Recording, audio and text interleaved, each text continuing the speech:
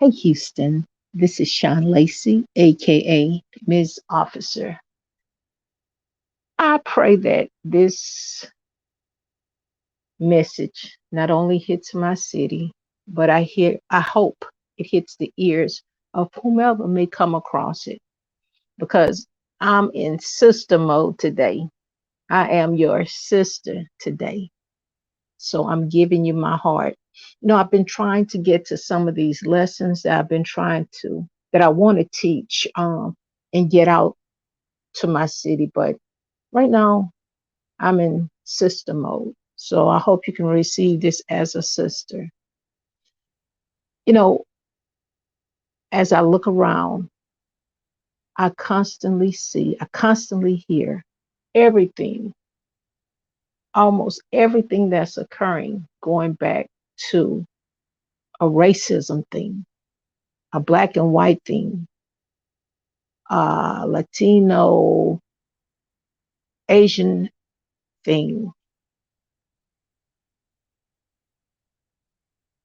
everything is a situation, or I should say, it's situational. The more we all collectively lump everything into a race thing without taking the time to understand the individual situation, we are creating more chaos and more of a hostile environment in which we live because the racism thing, every time racism is brought up in a situation and we do not know the totality of the circumstances that goes on in that situation, and we just frivolously throw up racism, we're creating a problem. We are truly creating a problem. I believe, because of the way I was brought up, that every individual case must be evaluated. Let me explain.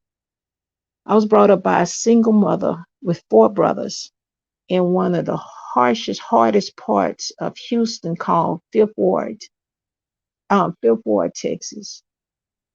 Extremely poor. I have a great grandfather who was the 178th individual to be electrocuted in Texas State Prison in Huntsville. I have a brother who is a first time offender during the 1994 drug epidemic in Houston, Texas, crack cocaine. At 19 years old, he was sentenced to 32 years. My brother didn't walk out of prison until he was 50. I have a baby brother who was murdered right here in Houston. I have every reason to hate, but I can't simply because of what my mother instilled in me, what she instilled in us. Love is a big word, but love is from Jesus and it covers everything. Even when you find yourself in a situation where you personally feel that injustice has been done against you, humanly, because of the way this world is. And while I'm saying these things, please don't think I'm blind to what goes on because I know what goes on. But I also know in every situation, you have the capability to win if you just put some love on top of it.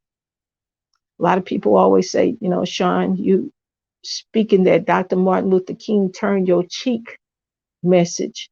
Let them hit you, let them slap you, be still and turn your cheek message. No, I'm not speaking that message. I'm speaking a part of that message because love does, on top of everything, it works because I've known it to work in my life. I've known it to work in my family life. Even though my brother being murdered, that was extremely painful. Yes.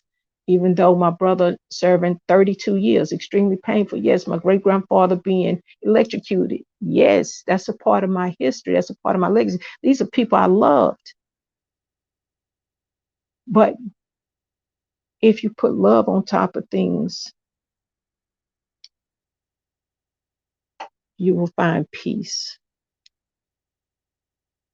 If we start putting love first before we haphazardly throw out the racism card, if we put,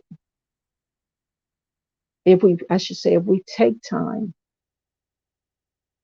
to evaluate a situation, do the research,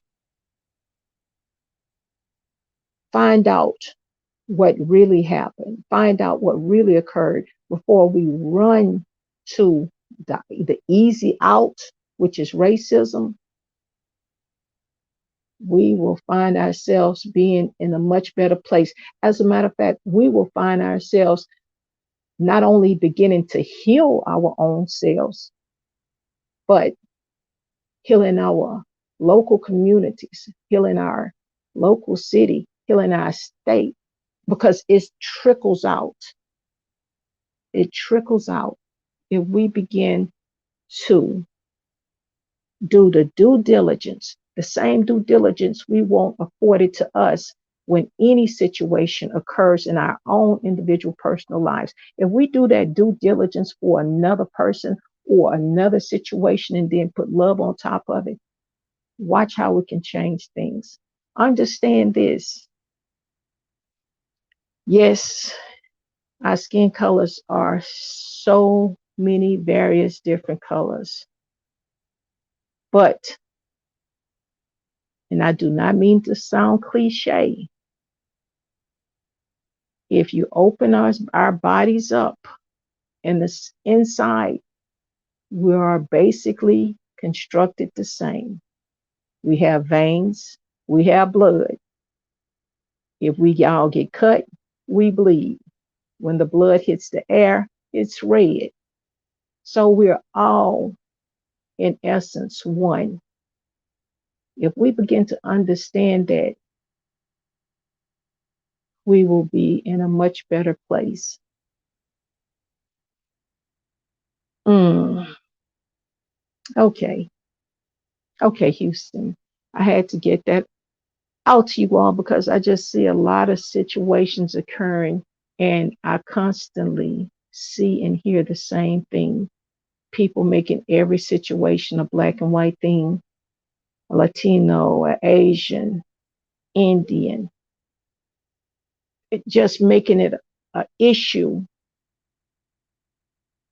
that's not typically the case. So I ask you all, I petition you all to, when you hear the news, when you see a post on social media, when you hear someone speaking about something that occurred, before you jump on the bandwagon of racism, please do your due diligence and research and find out what happened.